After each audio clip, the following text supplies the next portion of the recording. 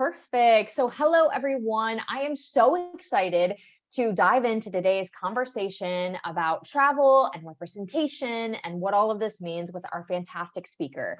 And so, first, I just want to say welcome to everyone and thank you so much for joining. Please let us know where you're joining from in the chat.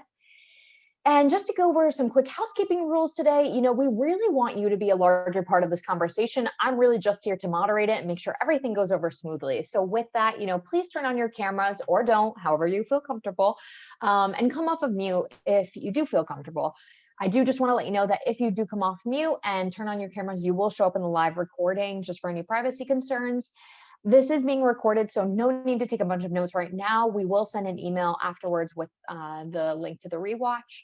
And again, please feel free to write in the chat. And if you have any questions, you can write that you want to remain anonymous. You can write to me privately and I will go ahead and ask today's speaker. And then lastly, keep it with us on social. We're at Power to Fly on all social handles, minus TikTok for now. And definitely subscribe to our YouTube channel where we are live streaming all of these conversations. And so with that, really excited to dive in with today's speaker, Jeanette Ceja. Jeanette Ceja is an award-winning bilingual travel journalist, TV host, travel advisor, and global public speaker. She aims to assist and represent every traveler with a special emphasis on women, minorities, youth, and travelers with disabilities. And so Jeanette, please tell us, anything that we didn't cover in here and why this topic is so important to you. Thank you, Nicole, and thank you, everyone. It's really such an honor to be here. I'm so happy that we all connected, and thank you to all the amazing attendees. A little bit more about myself. I mean, for me, why I dedicate my life, both personally and professionally, towards diversity, inclusion, and equity and travel goes back to my childhood. Really, as a young girl, I'm first generation Mexican American. I grew up with, my parents here in California, but we'd go to Mexico, two languages, two cultures. And so I kind of had that perspective growing up. However, learning about the world through different mediums like television or magazines or books, I was constantly not seeing myself represented many times, either from a woman as a young lady, and our diversity as a Latina. So as a young girl, I kind of felt my calling towards this movement, not just a trend. I really feel that this is a movement just towards equality, um, for everyone, including myself. So it goes back a long time for me. And, I'm in my mid 30s now, and I'm more excited and empowered because I'm seeing a lot of progress in travel and tourism, specifically within the past couple of years. So. I am so excited that you shared more of your story regarding that, and especially when it comes to these cultural differences and what that means when it comes to the travel industry, right? So thank you so much for being here. And so today, the principal themes that we're going to dive into with the pre-submitted questions are the important role that women contribute to the travel industry and how we can further build more inclusive, diverse travel moments. And so with that, I'm going to stop sharing the screen so we can make this an intimate conversation and dive into some of these pre-submitted questions that we have. And of course, if you have any questions while we're talking, please feel free to, again, come off of mute or drop those in the chat. But until that time comes, let's dive into this first question, Jeanette. Do you believe the travel industry is equitable? I mean, absolutely. It always has been and it always will be. I mean, right now in real time, the travel and tourism industry, just like every industry in the world, is going through a really uncertain time because we are still in the global pandemic. So where we are right now, it's kind of been uncertain. However, I think the silver lining, I've always tried to, I'm a trained optimist. I always try to see the silver lining in any situation. I feel as a lot of us have been working from home remotely, we're not going into offices, or if we're entrepreneurs, we're working from home more. I feel like the silver lining is a lot more women, especially, are able to, like my sister-in-law, work from home. She's she just had a newborn. You can create online businesses. You can do a lot remote from your home than maybe going out physically. So a lot of virtual conferences. I know a lot of women who have written ebooks, doing webinars, courses, virtual tours. So a lot of local tour guides are doing virtual tours. I mean, right now during the pandemic, a lot of people have been thinking outside of the box, right? So if we can't physically travel, how can we bring the world to us? And I did that as well because last March was my first international trip to Egypt. I spoke at the Women Economic Forum specifically about diversity and culture.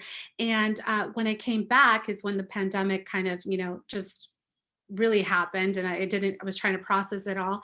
But what I did in during the summertime last year was I asked an Egyptologist to give me and my audience and anybody who wanted to join us a tour, a virtual tour, and he's a tour guide. So tell us about Egypt. Even if we can't go, we can still learn about it. We can still meet people. So during this time, you can be equitable. It's just thinking outside of the box and maybe finding different avenues. Also passive income, for example, if you write an ebook, you can sell that on your website or your company organization.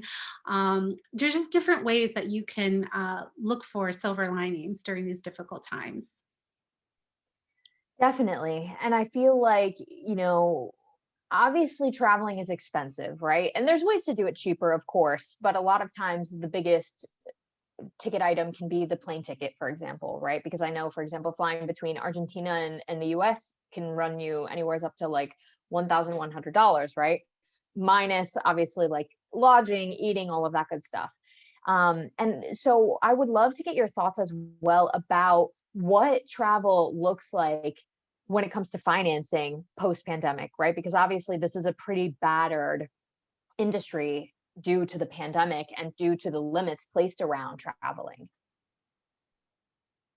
Right. Well, I think travel, I've always said this, I feel like travel is a mindset. So travel can be anywhere from the moment you walk outside your front door, in my opinion, you're a traveler. So the moment you walk outside, even if you take the same route to work, maybe try a different route, or go to your local national park or go to, explore your own neighborhood. I think that's what a lot of people have been doing during this pandemic, myself included. So really, when you think of travel, a lot of people put a lot of blockages pre-pandemic also. I don't have time to travel, I don't have money to travel, I don't have. However, you can see probably within your city a 3-hour radius of a drive where maybe you can do a road trip or a staycation, right? So my brother and his wife live in Pasadena, and last weekend for Easter I did a staycation at a hotel close by to them. So I kind of made it away as a little getaway. So there's lots of different ways that you can travel if you're on a budget or if you don't have a lot of time. For example, if you have a family and you only have the weekend, you can go to a city close by. I always recommend for like Angelinos, for example, Santa Barbara, there's Temecula, Palm Springs, maybe go for the day or go for one night. We have Joshua Tree National Park. So there's a lot of different options. So again, I think it's just thinking outside of the box. And also, even if you want to travel internationally right now, like a lot of Americans, we're limited to the amount of countries we can actually visit at this time. And that is fluid. So that's ever changing. So right now, I always say, why not travel within your own state or domestically until the waters clear more internationally? 100%. And I love this idea of changing your mindset about travel, right? Because I know personally living in a city, I get pretty excited if I go out of my normal routine and get to see some new areas where I can maybe find a new restaurant, right? That has maybe a different type of food than I'm used to. But this is so important to talk about because there's so much beauty where we live as well, right? Sometimes I think there's this fantasy of like traveling abroad, and not that that shouldn't be a fantasy because there's so much beauty globally, but there's also so many beautiful things like you're mentioning domestically wherever you are in the world, and I love that idea. Okay, thank you so much for bringing that up. I think that And I also wanted to mention that if you look at the local hotels in your city as well, a lot of hotels are doing staycation deals. So look into hotels in your city or cities close to you. For example, Pasadena was doing a staycation special. So, they want you to travel safely domestically, but you also help the local economy. You help the hotel, you help, and you get to travel, and maybe you save some money as well. So it can be a win-win for everybody. I love that. I don't think my partner will love the idea of me doing a, week-long staycation with the 2-year-old, but I do love that idea personally. So I may have to look into that a little bit more. Perfect. So Jeanette, how would you Yeah. describe the role the women that women play in the travel industry? Women play a huge role, right, in every industry, but also travel and tourism industry. I mean, whether they're women working in organizations and hotels, in aviation. Later today, I'm interviewing a woman pilot in Mexico. She's a pilot she was, aviation specialist, and so badass. I think it's so amazing. And so there's women in every industry and every part of tourism and travel, from hotel, aviation, cruises, small business owners. I've interviewed many women, small business owners. So depending where the women want to work and how they want to work remotely, office, profit, nonprofit, there's many opportunities for women out there, and I always feel like there should be more women in leadership roles as well. I think just recognizing from my own experience past 10 years, going to meetings and travel conferences and speaking on travel panels, there's still a lot of outdated beliefs about women who either work in the travel industry and want to work, or I want to travel, I'm sorry. And so some of those questions that I personally got asked were, of course, by men, but it was like the question was, so what are you going to choose, a career in travel or family? And it really like took me aback, because I was like, of course, this is only one person's opinion and question. However, I never thought that I would have to choose, between having a family one day and a career in travel or tourism. And so I really did not know how to respond. But my answer would be to any woman or young girl who wants to work in any facet of the travel and tourism industry, that it's up to you and there is no wrong or right choice. It's an individual choice. So whatever you want and however you want, to pursue your career and personal life, that's completely okay, and it's up to you. I think that there's so many outdated beliefs about women in general, and especially women who want to travel or work in travel, that want to fit you in this box or have you in this time frame.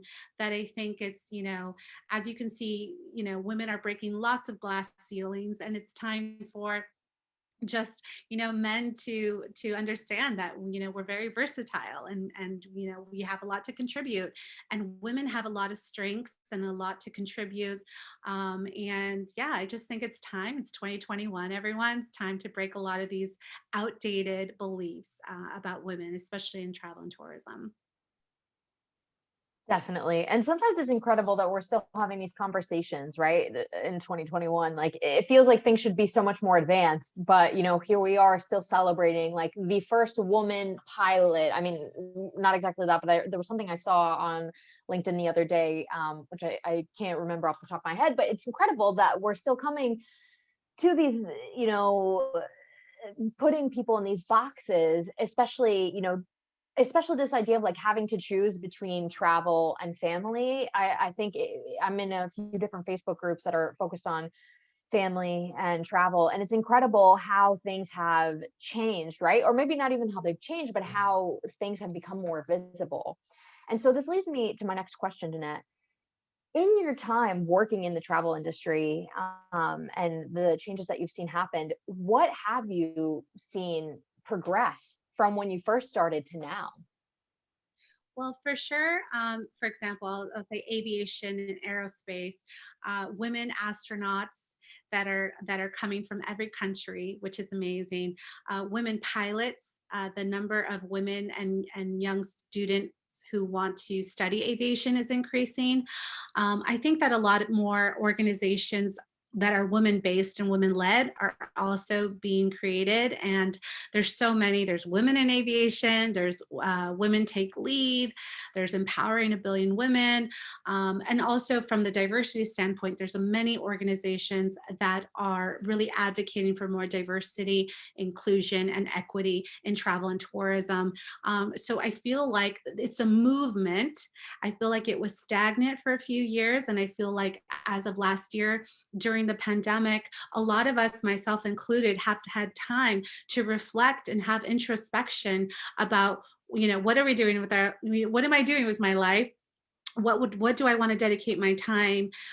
Is this the direction I want to go towards? And just a lot of things that I personally have had to reflect on. And I feel on a global scale, we can use this opportunity to progress and to unite and to really, I just want a time for my future children and your future children and other generations where we won't have to be knocking at the door and asking for equal pay, equal this. Like, it will be the norm, you know.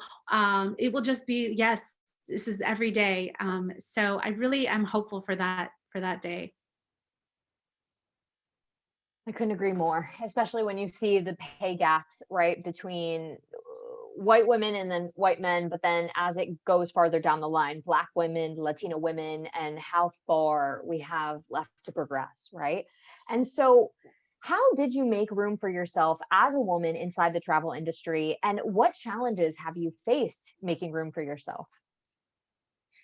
Such a great question. Again, for me personally, it goes back to my childhood when I really didn't see myself represented. So, as a teenager, I remember I used to subscribe to Cosmo Girl. So it was like the teenage version of Cosmopolitan because I wasn't able to subscribe to Cosmopolitan yet. And I remember I received an issue that had J Lo on the cover, Jennifer Lopez, and I was so happy to see a Latina on a cover being celebrated that. At 14 years old, I wrote to Cosmo Girl and I said, "Thank you so much." And I had zero expectations, I just wanted to thank them. And then the next issue, they actually published it in the next magazine, with the editor's comments or that section. And I was like, wow, I'm being heard. And people like, wow. So I recognize that our voice always does matter, and from a young age. And so the way I made room for myself was just putting myself in spaces from high school to college. I did a study abroad internship in Italy.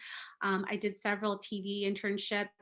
And I also applied for scholarships. So I applied for the CHIPS Quinn Scholars, which was a program for diverse students of color who wanted to pursue a degree in journalism.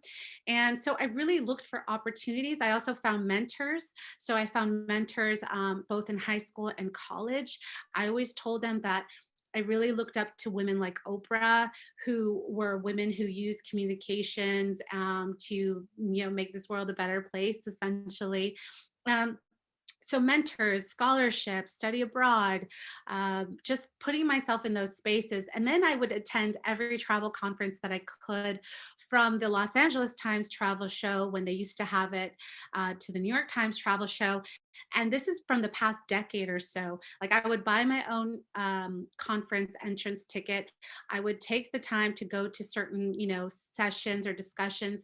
And I literally started from the bottom. I didn't know anyone, and I really came with the intention to learn and to grow. And I physically put myself in those spaces and networked and met people. And really over the past decade, that's what I've been doing, to put myself in that space, to make room for myself in that space.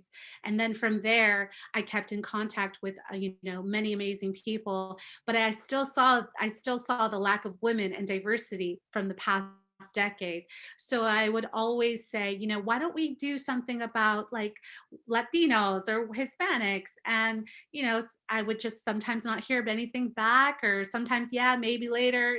But um, yeah, it's always been in me to do more as a woman in this space.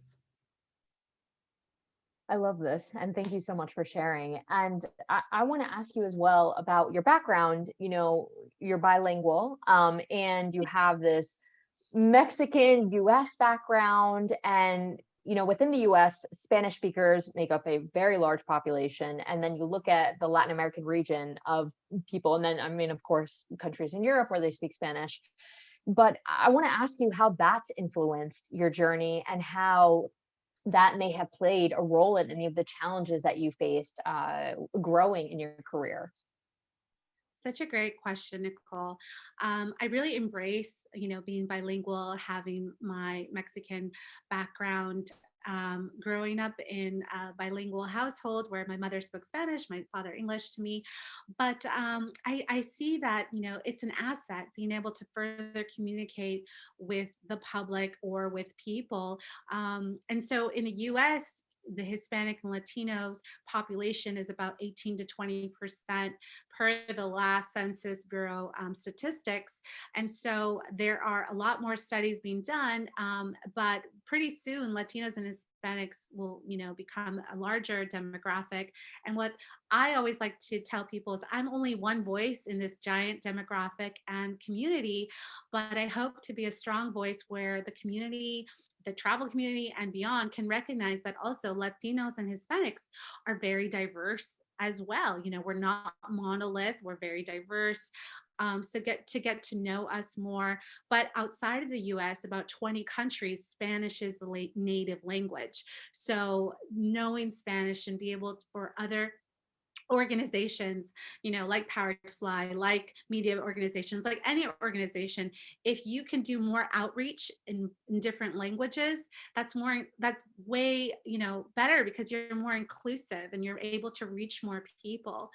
So in all the work that I do, from writing to speaking to hosting, even my podcast, for example, I do bilingual. I want to do as much as I can in Spanish and English, and I'm learning currently French right now. So I'm trying to be trilingual. Again, I want to put myself, keep I'm always making myself uncomfortable, but that's how we grow, right? That's how we grow. So a couple weeks ago, I was on a panel that was in Paris, and it was a French panel, and I was the only one who wasn't, French on that panel. And I really had to use what I learned for the past 6 months. And I was so uncomfortable. But again, I really embrace that. That's how I learn. And yeah, that's what I think is exciting. So exciting. And I think there's two really good points there, right? I mean, definitely being uncomfortable is the only way to grow. I mean, I can speak firsthand to that, as I'm sure tons of people on the line can, because I think when you begin to travel, especially when you travel to a place that isn't your native language, it can feel very uncomfortable, right? Because maybe you don't know how to communicate and you don't know how to get around, and it can feel really scary, especially maybe if you have to take public transportation or get to places. And I know I definitely felt those feelings. But what a great time to grow, right? What a great time to learn about other cultures, learn how to communicate in a way that maybe doesn't require that language. And I think that that's such an important learning for so many people. And this is what's so beautiful about traveling, right? Being able to dive into these other things, and even within your own country, wherever you are, whether it's traveling in Argentina for me or traveling within the US.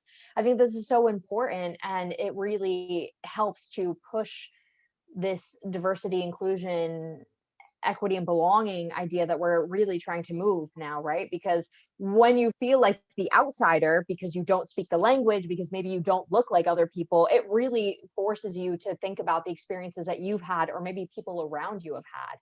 And I think it also sort of forces you into this place of advocacy, which leads me to the next question.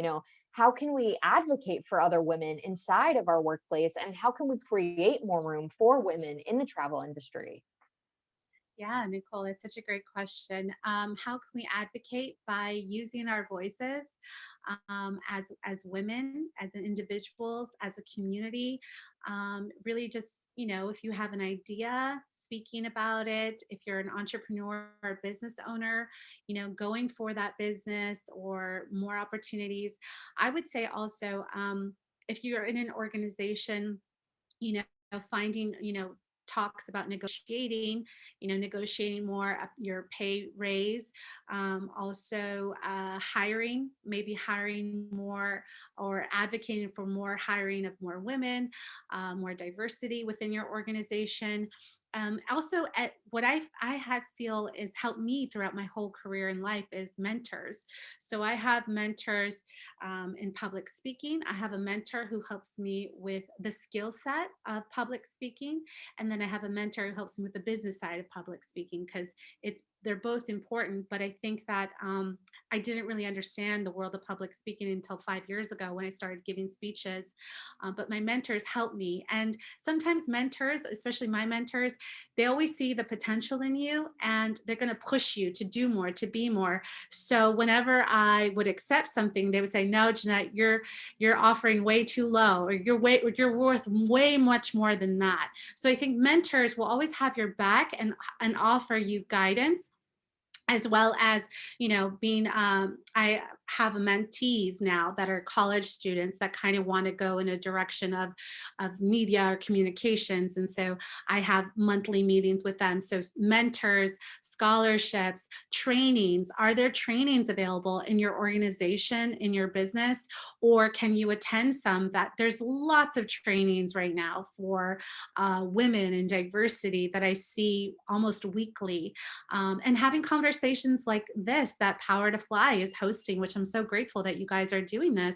Having these conversations that are necessary for more progress. Totally, totally. And I want to shout out to everyone on the line. If you have any questions, or you want to come off mute, please feel free to do so at any time. I want to make sure that everyone's able to participate in this conversation. But Jeanette, I would love for you to talk a little bit about how you found your mentors, and talk about that relationship a little bit more. Sure. So I've had like 4 or 5 mentors to date. One I found in college. So if there's any students out there, I would definitely say, your professors can be a mentor. Or if you're doing internships, which I highly advocate for internships for college students, to find somebody who's doing what you want to do and ask them, maybe in these uncertain times, you can do virtual coffee chats. I've literally had virtual coffee chats where we both buy coffee and we're chatting like if we were out, right? So I think, again, thinking outside of the box, regardless of what's happening right now, still looking for the silver lining, the opportunity. Who is somebody out there that is doing what you want to do, and how can they help you grow and learn and tell you, I wouldn't do this, I would do that, their wisdom, right, from their years of expertise. So internships in your organization, if there's somebody at a high level leadership position role that you want to, someday get to, ask them, would you be able to have virtual coffee, or would you able to be my mentor? I mean, the worst that anyone can say is no. But if you don't ask, you will never know. So I would say, again, putting yourself out there, getting out of your comfort zone, because a lot of the opportunities and experiences that I've had were because I put myself out there and I was really uncomfortable, but I wasn't afraid to fail because I knew if the worst would happen, they would say no, but I didn't take it personal. I would always say, there's a famous saying, I don't remember if it was Oprah or who says it, but there's like, rejection is just redirection. I mean, that's a famous saying. I don't remember who said it, but someone said it. And so I think when you realize that not to take anything personally, I mean, people are busy, there's a million things going on. But if you take the time to ask, and if they see that you're committed and you're serious, usually you'll at least get a response, right? So I would say just try and ask. Um, one of my mentors who put me on my first red carpet 5 or 6 years ago, he was working on the TV show Extra TV at the time. And I had just moved back from Australia. I literally was starting all over again after living in Australia for 6 months already. I had a contract job out there. Anyways, I moved back, And I saw them setting up the TV show and I stayed and watched it when it was at the Grove. And afterwards, I said, I wonder if they're hiring. And this was like 6 or 7 years ago. So I went up to the first person I saw and I said, Hi, I'm Jeanette. I just moved back from Australia. I've experience in TV and this and that. Are you hiring? And he was like, I don't know. Talk to that guy. And so he pointed to the guy with the headset telling people what to do. And his name was Reginald. And I went up to him and I said the same thing, an elevator pitch. An elevator pitch is 30 seconds to basically pitch yourself or pitch, your business or something that you're passionate about. So I had my elevator pitch. Hi, my name is Jeanette. I just moved back from Australia. I have this and this experience. Are you hiring? And so he really appreciated the fact that I just put myself out there, had no shame. And he was like, I don't know, but the whole crew for the TV show we're having lunch at the Cheesecake Factory in about an hour. Would you like to join us all there? We could all talk about it there. Again, another opportunity, which I wasn't expecting. If I was afraid and scared, I would have said, no, no. I said, sure, absolutely. Because it was with a big group of people. And so again, putting myself out there and kind of was really uncomfortable. But from that, he became my mentor, put me on my first red carpet at an award show in Los Angeles. And he, up until, he passed away 2 years ago from a heart attack. But up until that moment, he pushed me and pushed me and pushed me. Jeanette, you got to do more. You're worth more, way more than this. You got this, and that's what a good mentor will do. A good mentor will, advocate for you, push you to do more. So I highly recommend you to get a mentor in any industry that you have or that you want to pursue. I love this. And I see that, Karen, you have raised your hand. So please feel free to come off of mute. Hi, Karen. Hi, I'm so glad I made it. And I always love to hear Jeanette speak. It's so inspirational and I learned so much. I wanted to jump in and what you were saying about putting yourself out there and finding a mentor. If you don't open up, you're never going to reach anything. But it's just not easy. And I know how hard it is. And even pressing that unmute button and pressing that raise hand button, you're putting yourself out there and my heart starts beating a little bit faster, right? So walking up to somebody out of nowhere and say, hey, this is my elevator speech. And are you hiring? You make it sound so beautiful and so easy, but it's a big move. But that's what you said also, Nicole. It's pushing that boundary, putting yourself in that uncomfortable situation. If you don't put yourself there, you never grow. So if if you're looking for a mentor, if you're looking for opportunities, you need that racing heart to get you to take that step and put yourself out there. The other thing I wanted to speak on quickly was you talked about being Latina and how there's such a wide world of it. I'm Nicaraguan. You're Mexican, and in certain circles we're the same. When there's a lot more of the opposite, then that makes us the same. But as soon as we get to closer circles where there is a lot more Latinas, then our differences shine, right? But it takes acknowledging those levels of how we stand up for ourselves and our kind, whether it be women or whether it be Latin or LGBTQ, we need to support the bigger one if there's a lot more adversity against us. And as the circles become more accepting, then we can stand up for more of our individualities. But I like the way you stated that as well, that there are so many differences amongst us. But first we have to acknowledge our similarities in order to get that step ahead, right? And thanks. Yeah, Karen, I love that. Thank you so much for being with us and for sharing your amazing voice. And Karen is a gem in the travel and tourism industry and just as a woman. So I'm really honored to have you here. So thank you. And I will you can. Oops, Oh, sorry. sorry. I will say speaking up and doing things, to me, even myself, that I consider myself an extroverted person, very outgoing, I do get nervous too. I do get, butterflies and stuff, but it's the opportunity where I say, okay, am I going to stay comfortable or am I going to get out there and, what am I going to do? So there's also the fear of failure and the fear of success. And I never had the fear of failure because I failed many times. The way I look at failure is failure it's not personal. It doesn't mean I'm not enough, I'm not worthy. It just means it's not the right time, not the opportunity. When I changed the way I looked at failure, I wasn't really afraid to fail. But when I was successful and people would say yes, or people would take the time to talk to me or listen to me, I'd be like, oh my God, I'm nervous because people like are listening and they're watching, and I'm not used to this. And like the opportunity with the Cheesecake Factory, with the whole crew at Extra TV, I put myself out there. I really had no expectations, right? But from that and being vulnerable, and what he saw in me was like, wow, she's just putting her, she has no shame, she's like, I'm here. And he's like, yeah, she's got something in her, let's talk more, right? So Karen, it's like, it's totally common. Like I as well have felt nervous and uncomfortable, even doing things like Instagram lives, which I was not really used to. Just being vulnerable, and vulnerability is a beautiful thing because it connects us as humans, as women. And really, like you were saying, Karen, celebrating our similarities, right? That is a beautiful thing. So thank you. I love it. And I mean, I know that you wanted to speak, so I want to hand the mic over to you as well.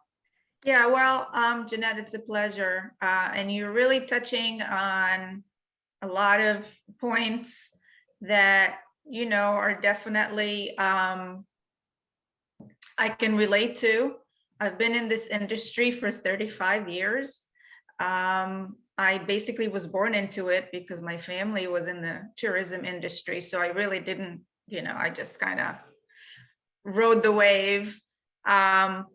But I can't imagine doing anything else. It's part of who I am.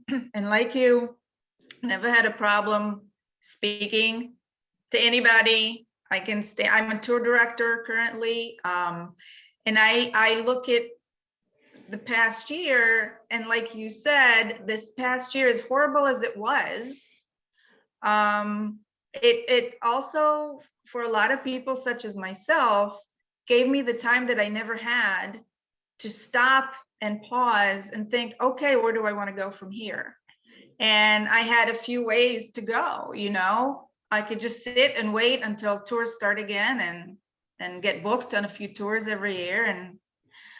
But there's always something in me that says, I'm waiting for something. I don't know what it is, but I feel like I'm waiting for something. And taking that and having the courage to say, you know what, I'm just gonna do what I feel like doing, and just whatever happens, happens, So after a year, I finally started a Facebook group 3 weeks ago, and I published a tour that I'm gonna be leading to travel professionals, which looks like it's gonna go to Israel and Jordan, which is what I know really well. These are destinations. I don't feel nowadays that there's an issue with women in the travel agency, so in the travel industry so much. If you look around, there are a lot of women in every aspect of travel and tourism. However, diversity is a completely different subject. And I totally agree that this is a very uncomfortable subject for anybody who is in any who has any ability to make change. They will start to move on the chair a little bit and kind of like, we don't know how to do this. So I've also joined one of those organizations, even though I'm not Black or brown, but to me, that has no color. Diversity has no color. Diversity is all of us. And so we all should want to be included in everything, right? So we all need to work towards that. And I feel that really this is our issue in the travel and tourism industry. The diversity, the inclusion, and being open to doing things differently and to offer opportunities in different ways, whether it's mentors or more, even look at high school and college classes, even in smaller schools, they're not really that available, tour guides, tour directors, travel agencies. You don't really see a lot of that diversity. So I feel that this is really a huge subject that really needs to be dealt with on a much more urgent manner. Yeah, I agree. Thank you, Amit. That was beautifully said. And I think as an individual, we can use our voice and we say, okay, what can I do as an individual? How can I, make an impact, or what can I do? And as individuals, and then together collectively as a travel community, as travel business owners, travel tour guides, what can we do on a bigger scale? So for me, for example, I have mentees, and the mentees have come to me who have heard me speak at their colleges or universities, and they say, I want to do something similar or like you. What can I do? And so it's really me as an individual saying, okay, how can I give back to the youth and students? I'm going to dedicate 1 to 2 hours every week to mentor, virtually, or to connect with an internship, or do something, as an individual. But as a community, as a collective, how can I speak to CEOs and top leadership decision makers to tell them the importance of diversity of women, and what we contribute and the lack of. And so really, using my voice as an individual and as a community to make a movement, basically. Not because diversity, inclusion, equity is not a trend. This is Correct. definitely been long overdue, and the lack has been way long. It's just that I feel in the past year or two, especially right now that a lot of us are at home, we have this moment to really, speak up and to find ways to make progress. Absolutely. Thank you. And Judith, I see you off of mute, so I'd love to hand the mic over to you as well. Thank you. Everything you said is so beautiful, Jeanette, and not sure to how many of whoever's on this call this applies to. I was a child of refugees and immigrants in the early 80s in Germany. And diversity, equity, and inclusion weren't terms during that time. They were still trying to figure out why all these foreigners coming into our country and taking our homes and our food and our everything. It was that was our reality. Fast forward to now, we have the phenomenal and rare opportunity to give back to current children of immigrants whose parents don't have the linguistic literacy to understand what resources are out there. These students are in schools, currently in high school, in need of mentors, in need of direction and guidance, outside of the homes they live in, where their parents can't necessarily help them the way they need to be helped, right? They need equity. And it takes maybe an hour of our time on a regular basis to collaborate with high schools. I had the phenomenal opportunity to be on a career panel at my daughter's high school. It was done virtually. These kids had so many questions as to what careers can I pursue? What resources do I have? How can I find mentors? Does it cost money? How else do I get involved? And we know firsthand, our parents didn't have the money either. They didn't have the time to shuttle us from A to B to participate in sports events. So we had to be innovative. That is the one thing about immigrants or children of immigrants. They know how to be innovative. They know how to be resourceful and solution oriented. And we know it better than anybody else. Being a woman who was a child of immigrants, being a woman who grew up in a trilingual, tricultural, multicultural environment, we know those things. Those are our assets. They can't teach you that at a college. They can't teach you that at any organization, right?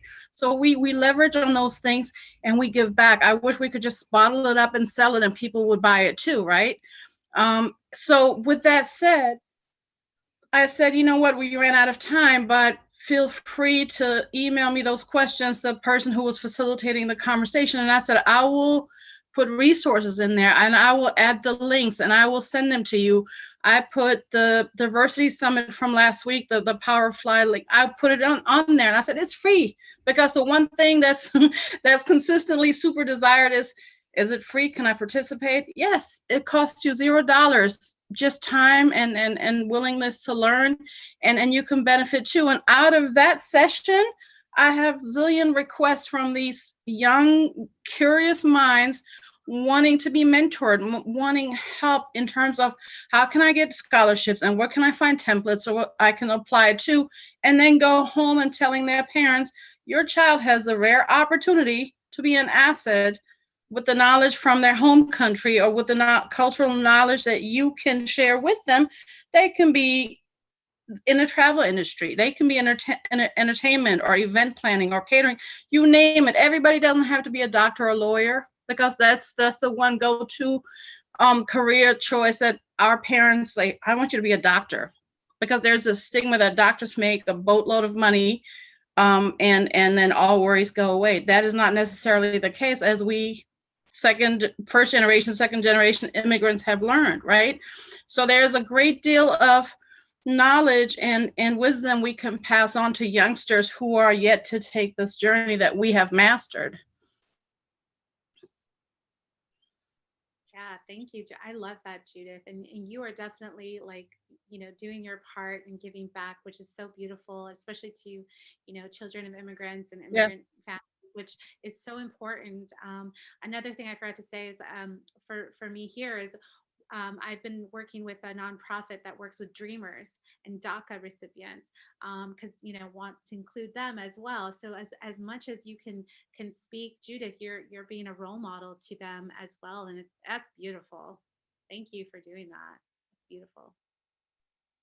And I want to say thank you to all of you for sharing, because I love, this is my favorite part of having these conversations, is getting to listen to other people's stories where they share their own experiences, because I think that's what's so beautiful and also so needed right now. This virtual world has presented obviously a lot of facilities when it comes to maybe finding a job that you couldn't before, because now a lot of companies are moving towards remote or being a lot more flexible with remote. But it's also presented a lot of difficulties, especially for somebody who loves to talk with people in person. You can imagine how exciting it is to talk with people over the internet. So these are the kind of conversations I really love to have, where people share their stories, because it feels so much more engaging and intimate. So thank you to all of you for sharing. And I want to go back to a point that you made, Jeanette, when you were talking before about not taking rejection personally, because through my time working at Power to Fly, when I entered versus where I am now, I felt so intimidated by rejection and always felt like a no, and so terrified of no's, and always felt like a no was a reflection of me, when that's just not the case. And it's been something that I've grown to learn through this program, and hearing so many different people speak about their own experiences with rejection. And I think it would be surprising to a lot of us to see people who we perceive to be successful, to see how many times they've been rejected, right? How many times they've put themselves on the line and been told no, right? And how obviously disheartening that feels. And I see a lot of you shaking your head, so I see that it's all something we've experienced. But how liberating it is to not feel weighed down by a no, right? And to know that that is not reflective of you, your work. And sometimes even if you're the best fit for an opportunity, whether it's a job or whether it's connecting with somebody, just because you didn't get it doesn't mean it's a reflection of you. Sometimes even if you're the best fit, it doesn't always work out. So I really wanted to drive that point home, because I think it's so important, especially when we talk about getting into spaces where we feel uncomfortable. And Yeah. so, oh, I'll stop. Oh no, just I could write a whole book on all my failures and rejections, which I think is part of the journey, right? It's part of the growth. And I think that when people ask me about my journey, I'm very, I like to be very transparent. I'm like, okay, how much time do you have? A lot of the opportunities that have happened, for example, a lot of people may have seen that I interviewed the late Bourdain, Anthony Bourdain, in New York many years ago. That opportunity I kind of created because nobody gave it to me. Long story short, I saw a press release with Anthony Bourdain for Tribeca Film Festival. I was covering entertainment more in LA at the time. And Bourdain was a huge inspiration, I'm sure, like many people, into travel, how he showed us the world through his shows and cooking, cuisine. So I, started to pitch to different publications and say, Bourdain is going to do red carpet. He doesn't really do red carpets. This is an amazing opportunity. I would, love to, do this for you, cover it, whatever. And I got 9 no's, 9 rejections.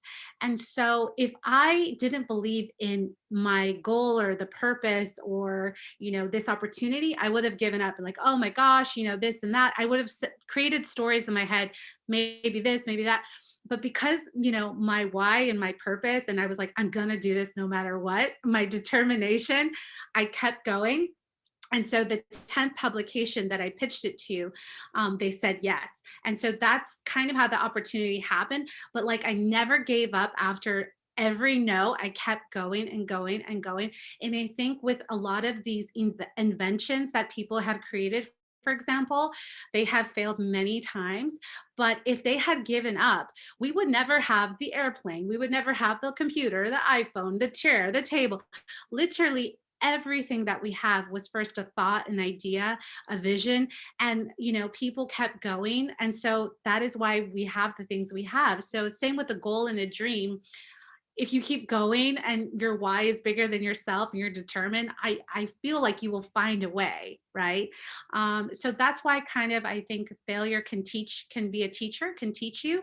But when you take yourself out of the equation and say, it's not personal, it's not about me as a person or my worthiness, you just see it from a different perspective. And it's like, okay, maybe it's not the right time. It's not the right publication. It's not the right this, but I'm going to keep trying. I'm going to keep going. Right. And so a lot of the things that I have done, both professionally and personally, was because I never gave up. And I think you'll see that common theme with a lot of successful people is they believed in themselves or they believed in their dream. Like Selena, like the late Selena, she had been from her childhood up until her 20s working hard, singing, touring, a dream that, did happen, before, her tragic passing. But that being said, it's like, sometimes the dreams happen, different than we imagine. But I would just say, don't give up, no matter what failures you have. I love that. And Judith put a very interesting and important point into the chat as well. So looking back at some of the rejections, we're probably super grateful that they didn't come to fruition, which is so true. We would have never embarked on the paths that made us who we are today had those opportunities came through. It's so important to write that out too, right? Because aside from it not being personal, like maybe it's part of your path. Like you had to have that no, so that you would have said yes to the other thing that actually worked out being better, whether it's a better salary, whether it's, making that better connection, or whoever was behind, Jeanette, in your case, that publication that connected you to other people. So it's such an important point to make. So thank you, Judith, for sharing that. I thank you so much. And so we've got 4 minutes left. So I want to put a pretty packed question to those last 4 minutes. But, where do you think the travel industry is going post-COVID? And what opportunities does this present for the DEIB world? Diversity, equity, inclusion, and belonging. Such a great question. Well, I personally am starting to see the light at the end of the tunnel. I mentioned before, I just got my first Moderna vaccine shot. So for me, I'm starting to see a lot more optimism in the travel and tourism industry, people that are looking for, to the future for future trips, starting to get that excitement again and hope. Where I see more opportunities is, what the pandemic has been able to show us is a lot of us can work remotely and do a lot of work from home, or maybe on a beach or an island, you can live in a different country and do a lot of your work remotely. So I think there's opportunity there. A lot more women have been breaking glass ceilings in different ways, from inventing products, businesses, CEOs, leadership positions. I feel like there's a lot more advocacy and attention for women in hiring and training and diversity. So I'm starting to see like a lot of progress. Like I'm very optimistic as a woman right now in 2021 because I do feel like, you know, eventually in the post-COVID world, things will get better. I mean, right now we're in uncertain time, but I know there will be a post-COVID time in the future. So I'm optimistic. I know I can't wait for that post-COVID time myself. So yes, very, yes, definitely. And I know we only have 2 minutes left here, but I would love for you to tell us where we can find you, where we can support you. And then I know me that you came off of mute, so I'd love to pass the mic over to you after Jeanette shares that information. Absolutely. Well, you can find me on social media at at Jet Set with Jeanette. And then my website is, I'll write it here, jetsetwithjeanette.com. It's 100% me on social media, all me. I do respond, and I want to be a resource and support. And how can I help you, your organization, you know, as an individual? Like I'm always happy to be a resource and help. And yeah, so feel free to reach out anytime.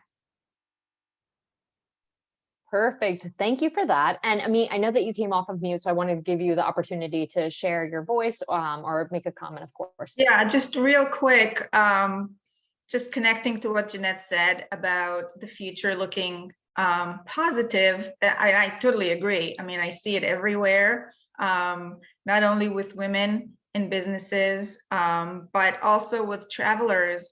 And the fact that people were home for so long, world travelers, unable to go out there. Unfortunately, and fortunately, we have a momentum right now when it comes to diversity and equity and inclusion. With everything that has been happening in the US and abroad, people are more open to learning and listening.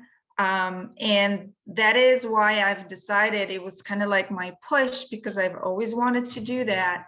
And I think we talked about it before everybody joined, to create a company, to create domestic and international trips that are totally inclusive of everything that country has to offer culture-wise.